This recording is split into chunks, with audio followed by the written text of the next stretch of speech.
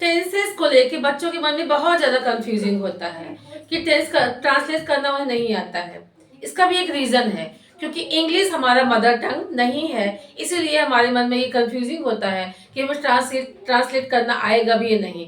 पर believe me, in comparison of Hindi, English बहुत ही easy subject है। बस इसमें थोड़ा सा डिटर्मिनेशन और अटेंशन की ज़रूरत है। अगर ये दोनों चीज़ हमारे पास है तो हम बहुत ही फर्राटे से बहुत ही इजी वे में ट्रांसलेट करना सीख सकते हैं। तो आज हम बहुत ही इजी वे में पास्ट परफेक्ट कॉन्टिन्यूअस को सॉल्व करेंगे, साथ में उसके मेथड से उसको हम ट्रांसलेट करना भी सीखेंगे। पर इसके लिए आपको मुझसे प्रॉमिस करना पड़ेगा कि आपको हमारे इस वीडियो के अंत तक बने रहना है, और मैं भी आपसे प्रॉमिस करूंगी कि इस टेस्ट को लेके आपके मन में 1% का भी डाउट नहीं रहने दूंगी। चलिए स्टार्ट करते हैं आज का हमारा video, past perfect continuous tense.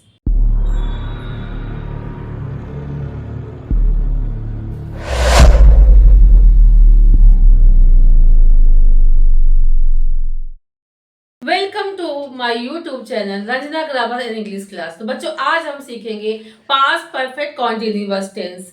सबसे पहले हम इसकी पहचान देखेंगे। ये टेंस जो है पास्ट कॉन्टिन्यूअस से बिल्कुल मिलता जुलता है। दोनों में डिफरेंट यही है, टाइम ऑफ ड्यूरेशन। यानी कि देखिए, इसमें पहचान क्या है, रहा था, रही थी, रहे थे। तो यही पहचान जो है आपका पास्ट कॉन्टिन्यूअस में भी है। लेकिन इसमें क्या होता है, इस टेंस में आपका समय दिया होता है, यानी कि टाइम ऑफ ड्यूरेशन है, और आपका पास्ट कॉन्टिन्यूअस में आपका टाइम नहीं दिया होता है। एग्जाम्पल के थ्रू समझते हैं कि जैसे वह गाना गा रही थी, और एक सेंटेंस है वह 1 घंटे से गाना गा रही थी। दोनों में क्या डिफरेंट है आपको दिख रहा होगा। तो इसमें भी रही थी और इसमें भी रही थी, पर दोनों में डिफरेंट क्या है, इसमें आपका समय नहीं दिया हुआ है इस सेंटेंस में, और इस सेंटेंस में 1 घंटे से आपका टाइम दिया हुआ है। यही डिफरेंट है, यानी कि पास्ट कॉन्टिन्यूअस अगर होगा तो टाइम नहीं दिया होगा। अगर पास्ट परफेक्ट कॉन्टिन्यूअस होगा तो इसमें टाइम ऑफ ड्यूरेशन यानी कि समय दिया होगा। अब पास्ट कॉन्टिन्यूअस का स्ट्रक्चर आपको अगर सीखना है, कि अगर आपको जानना है, तो आप हमारे पुराने वीडियो में जाके पास्ट कॉन्टिन्यूअस को अच्छे से पढ़ सकते हैं।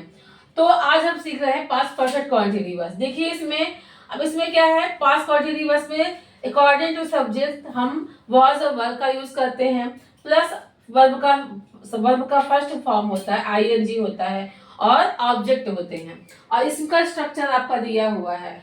और टाइम, इसमें क्या होता है, टाइम ऑफ ड्यूरेशन का यूज हम कैसे करते हैं, यानी कि डिफिनिट टाइम के लिए हम सिंस का यूज करते हैं, और इनडिफिनिट टाइम के लिए हम फॉल का यूज करते हैं। किसमें करते हैं, पास्ट परफेक्ट कॉन्टिन्यूअस में।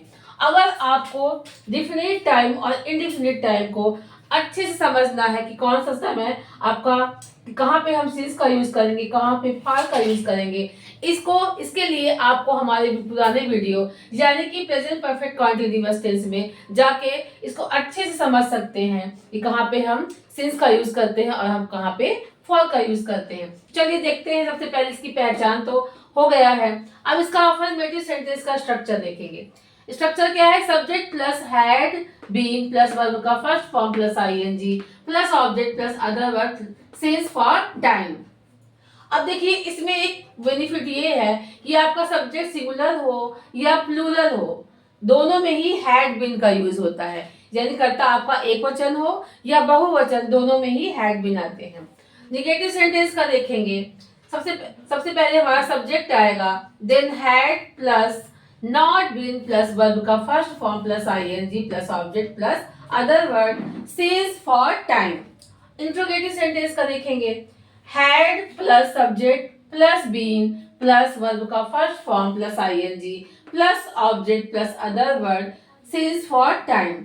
इंट्रोगेटिव निगेटिव का देखेंगे, यानी कि वो सेंटेंस जिसमें आपका प्रश्नवाचक भी हो, साथ में नकारात्मक वाक्य भी हो। तो इसका स्ट्रक्चर होगा, had plus subject plus not been plus verb का first form plus ING plus object plus other word since for time. WH word, यानी कि वो सेंटेंस जिसमें आपका कोई प्रश्नवाचक वक्त सेंटेंस के बीच में आता है। WH word plus had plus subject plus been plus verb का first form plus ING plus object plus other word since for time. W H word plus negative, यानी कि डब्ल्यू एच वर्ड जिसमें आपका negative sentence भी हो, W H word plus had plus subject plus not been plus verb का first form plus ING plus object plus other word since for time. तो बच्चों ये हमारा हो गया पास्ट परफेक्ट कॉन्टिन्यूअस टेंस की पहचान और साथ में इसका स्ट्रक्चर। अब हम इसको कुछ एग्जांपल्स के थ्रू जो जितनी भी आपकी कंफ्यूजन है उसको दूर करने वाले हैं और साथ में अब आपको इस टेंस के पूरी क्लियरिटी मिलने वाली है। हमारा है तुम सुबह किताब पढ़ रहे थे, ये हमारा अफर्मेटिव सेंटेंस है। तो सबसे पहले हमारा सब्जेक्ट आएगा, सब्जेक्ट क्या है? You had been. मैंने ये कहा था कि आपका सब्जेक्ट सिंगुलर हो या प्लूरल हो दोनों में ही हैड बीन का हेल्पिंग वर्ब हैड बीन लगते हैं। तो यू हैड बीन रीडिंग, इसका स्ट्रक्चर था अफर्मेटिव सेंटेंस का स्ट्रक्चर था subject plus had been plus verb का first form plus ING plus object plus other word since for time. तो अकॉर्डिंग टू स्ट्रक्चर सबसे पहले सब्जेक्ट आया, you had been reading the book since morning. अगर time निश्चित है यानी कि डिफिनिट है तो यहाँ पे हम सिंस का यूज करेंगे। मॉर्निंग आपका डिफिनिट टाइम है तो यहाँ पे सिंस आया। वह 1 महीने से कठिन परिश्रम नहीं कर रहा था, ये हमारा निगेटिव सेंटेंस है यानी कि पास्ट परफेक्ट कॉन्टिन्यूअस का निगेटिव सेंटेंस है। तो सबसे पहले हमारा सब्जेक्ट आएगा, सब्जेक्ट ही, उसके बाद हेल्पिंग वर्ब। निगेटिव सेंटेंस का हेल्पिंग वर्ब क्या है? Had not been. तो he had not been working hard for 1 month. 1 month हमारा इंडिफिनिट टाइम है इसीलिए यहाँ पे फॉर आया है। क्या हम मैदान में 2 घंटे से खेल रहे थे? देखिए इसमें कैसा सेंटेंस है? हमारा इंट्रोगेटिव सेंटेंस है क्योंकि यहाँ पे क्या लगा हुआ है। तो इंट्रोगेटिव सेंटेंस का स्ट्रक्चर क्या था? हैड, स्टार्टिंग में हैड आएगा, देन हमारा सब्जेक्ट, देन बीन आएगा, वर्ब का first form plus ING plus object plus other word since for time. तो सबसे पहले हमारा इंट्रोगेटिव सेंटेंस में हेल्पिंग वर्ब हैड आएगा। तो had we been playing in the ground for 2 hours.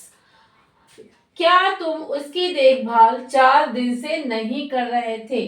देखिए इसमें क्या भी है साथ में नहीं भी है, यानी कि कैसा सेंटेंस है हमारा? Interrogative plus negative sentence. अब इसका स्ट्रक्चर के अकॉर्डिंग सेंटेंस देखिए, had you not been looking after him for 4 hours. 4 hours के लिए फॉर आया क्योंकि ये 4 आवर्स हमारा इनडिफिनिट टाइम है, अनिश्चित समय है। तो मंगलवार से क्या कर रहे थे?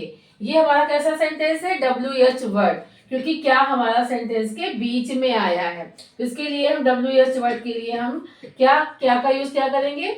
व्हाट लगाएंगे। तो इसका ट्रांसलेट क्या होगा? What had you been doing since Tuesday. अब ट्यूसडे हमारा डिफिनिट टाइम है इसीलिए यहाँ पे सिंस आया। वह 2 घंटे से मेरी प्रतीक्षा क्यों नहीं कर रहा था? अब देखिए क्यों भी है साथ में नहीं भी है, तो ये हमारा W H word plus negative sentence है। तो सबसे पहले हम क्या करेंगे? इंट्रोगेटिव डब्ल्यू एच वर्ड के इंग्लिश बनाएंगे। डब्ल्यू एच वर्ड क्या है? Why had he not been waiting for me for 2 hours.